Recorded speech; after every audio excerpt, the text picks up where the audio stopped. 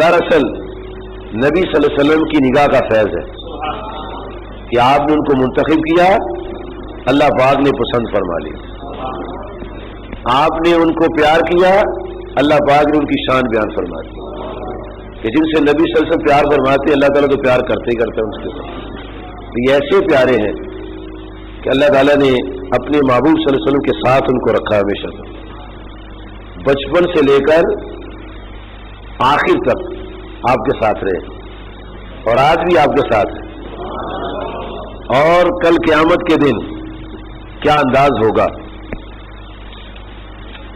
حدیث میں آتا ہے نبی کریم صلی اللہ علیہ وآلہ وصحبہ مبارک وسلم ایک دن خرج رسول اللہ صلی اللہ علیہ وسلم بین ابو بکر و عمر، ایک طرف جناب حضرت ابو بکر صدیق رضی اللہ عنہ تھے، ایک طرف جناب عمر رضی اللہ عنہ تھے، اور آپ ان کے درمیان تھے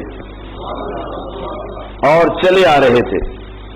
صحابہ کرام کو بڑے پیارے لگے، کیا وہ حسین منظر تھا جی کہ تینوں ہی کمال حسین و جمیل، وہاں نور نبوت برس رہا ہے یا اس کو محبت برس رہے، دائیں بھی عاشق رسول ہے، بائیں بھی عاشق رسول ہے۔ صحابہ کرام نے جب دیکھا تو دل کو بڑا سرور آیا، آپ نے صحابہ کرام کے جذبات کو نور نبوت سے بھانپا، جانچا، دیکھا کہ یہ صحابہ کرام کتنا ذوق لے رہے ہیں، تو آقا کریم علیہ الصلوۃ والسلام فرمایا صحابہ تم دیکھ رہے ہو احدہما عن یمینہ، ترمذی شریف میں یہ لفظ ہے، یہ میں ترمذی کے لفظ سنا رہا ہوں کہ ان میں سے ایک ان کے دائیں طرف ہے والآخر عن شمالہ، اور ایک ان کے بائیں طرف ہے وہو آخذ بیدیہما، اور نبی صلی اللہ علیہ وسلم دونوں کے ہاتھ پکڑے ہوئے اور چلے آ رہے ہیں۔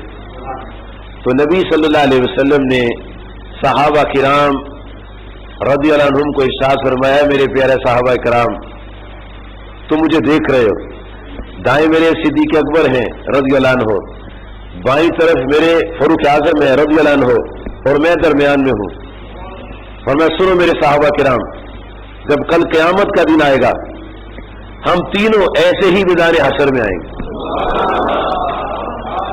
کیا بات ہے، اور قربان ہے صحابہ کے اعتقاد اور ایمان کے کہ جیسا نبی صلی اللہ علیہ وسلم نے فرما دیا ویسا قبول کر لیا،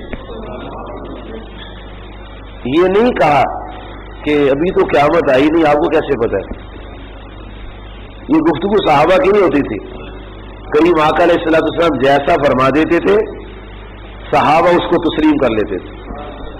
اب جب نبی صلی اللہ علیہ وسلم نے یہ بات ارشاد فرمائی حضرت ابو بکر صدیق رضی اللہ عنہ کو کہ انت صاحبی فی الغار، اے صدیق اکبر تو میرا یار غار بھی ہے، و صاحبی الحوض، اور حوض کوثر پر بھی تو میرے ساتھ ہے، تو یہاں بھی کسی نے کوئی اعتراض نہیں کیا، ابھی تو قیامت آئی نہیں ہے، ابھی تو حساب و کتاب ہوا نہیں ہے، تو یہ کیا باتیں ہو رہی ہیں۔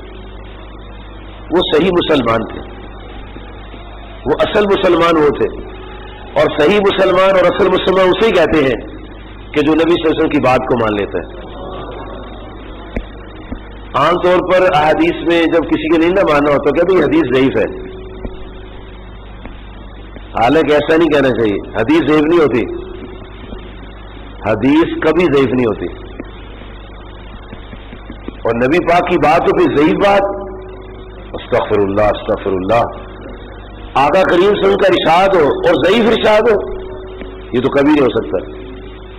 اصل میں کیا ہوتا ہے کہ جو روایت کرنے والے ہوتے ہیں ان میں کوئی ضعیف آدمی ہوتا ہے، سند ضعیف ہوتی ہے حدیث ضعیف نہیں ہوتی، سند ضعیف ہوتی ہے حدیث ضعیف ہے، سند ضعیف ہوتی ہے حدیث ضعیف ہے، تو لوگ کہتے ہیں حدیث ضعیف ہے، یعنی حضور صلی اللہ علیہ وسلم کا ارشاد جو ہے وہ ضعیف ہے، تو پھر کبھی کس کا ہوگا، کبھی کس کی بات کبھی ہوگی؟ وہ تو راویوں میں کوئی ایسا راوی آ جاتا ہے تو اس کی وجہ سے سند صحیح ہوتی ہے، حدیث ضعیف نہیں ہوتی، سند ضعیف ہوتی ہے،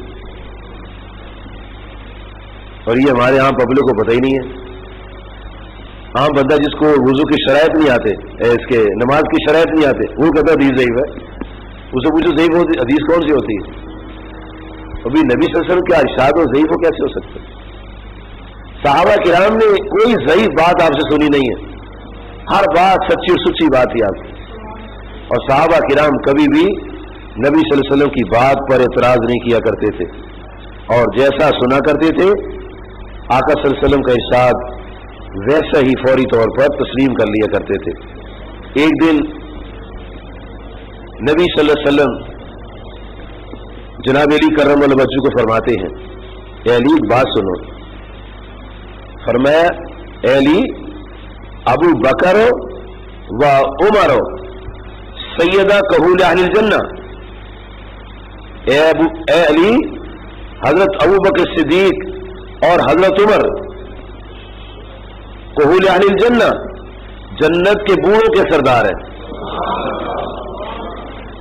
من الاولین والآخرین الا النبیین، اول سے آخر تک جتنے انسان پیدا ہوں گے، جو ہو چکے ہیں اور جو ہوں گے، ان میں جتنے بوڑھے لوگ ہیں سب کے سردار ابو بکر صدیق اور فاروق اعظم ہیں رضی اللہ عنہما. اور نبی صلی اللہ علیہ وسلم نے ساتھ یہ فرما دیا، اے علی جب تک یہ دونوں زندہ ان کو بتانا نہیں، جب تک یہ دونوں زندہ ہیں ان کو بتانا نہیں ہے. یہ ابن ماجہ میں صفحہ نمبر 10 اور صفحہ نمبر 11 پر آپ کو عربی کتاب میں حدیث ملے گی. جامع ترمذی میں جلد نمبر 2 صفحہ 207 پر یہ حدیث دیکھ سکتے ہیں آپ. مشکات شریف میں صفحہ نمبر 560 پر حدیث یہ عربی کتاب میں موجود ہے. مستدرک حاکم جلد نمبر 1 حدیث نمبر 100، طبرانی صغیر جلد نمبر 2 صفحہ 77، شرح سنہ جلد 14 صفحہ نمبر 102، مجمع زوائد جلد نمبر 9 صفحہ نمبر 53، کنز المال جلد نمبر 11 صفحہ 562. ان تمام کتابوں میں حدیث شریف ہے کہ جناب علی کرم اللہ وجہ کو رسول کریم صلی اللہ علیہ وسلم فرماتے ہیں، اے علی کرم اللہ وجہ ابو بکر رضی اللہ عنہ اور عمر رضی اللہ عنہ یہ جنت کے بوڑھوں کے سردار ہیں. اور اے علی یہ یاد رکھنا، دھیان رکھنا، احتیاط رکھنا، خیال رکھنا اس بات کا، جب تک یہ دونوں زندہ ہیں یہ بات کسی کو نہیں بتانی. تو علی نے آگے سے یہ تو نہیں کہا حضور کیا پتا میں پہلے مر جاؤں، انہوں نے کوئی نہیں بات کی. علی کرم وجہ نے یقین جانا کہ جب آقا صلی اللہ علیہ وسلم یہ فرما رہے ہیں نا، اس کا مطلب ہے وہ مجھ سے پہلے وصال کرے، میں بعد میں وصال کروں. بڑے مضبوط عقیدے کے وہ لوگ تھے. اگر وہ لوگ ہماری طرح کے ہوتے نا تو ہم ہوتے ہی نا، آج ہم ہوتے ہی نا. جیسے ہم کمزور ایمان کے لوگ ہیں نا، اگر وہ ایسے ہوتے تو آج مسلمان ہوتا ہی کوئی نا دنیا میں. ان کے مضبوط ایمان کی برکت ہے کہ آج ہم موجود ہیں. کتنا زبردست ان کا اعتقاد اور یقین ہے کہ جتنی بات جیسی بات جو بات آقا کریم صلی اللہ علیہ وسلم فرما دی ہے ویسی کی ویسی قبول فرما لی. نبی کریم علیہ الصلوۃ والسلام و تحیۃ و ثنا صحابہ کرام کے سامنے حضرت ابو بکر صدیق رضی اللہ عنہ کی عظمت و شان گاہے بگاہے بیان فرماتے رہتے تھے، ان کی خوبیاں بیان کرتے رہتے تھے. ایک دن نبی کریم صلی اللہ علیہ وسلم صحابہ کرام کا مجمع ہے، اس میں 4 سوال کرتے اور اچانک سوال کرتے. امام مسلم نے صحیح مسلم میں عربی چھاپا جو ہمارا پاکستان کا ہے اس میں جلد نمبر 2 صفحہ نمبر 272 پر اس کو نقل کیا.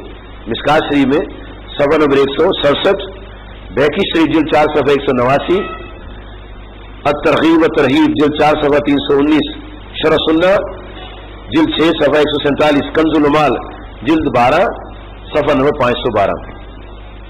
ان تمام احادیث کتب حدیث میں یہ روایت آتی ہے. راوی ہے جناب حضرت ابو ہریرہ رضی اللہ عنہ.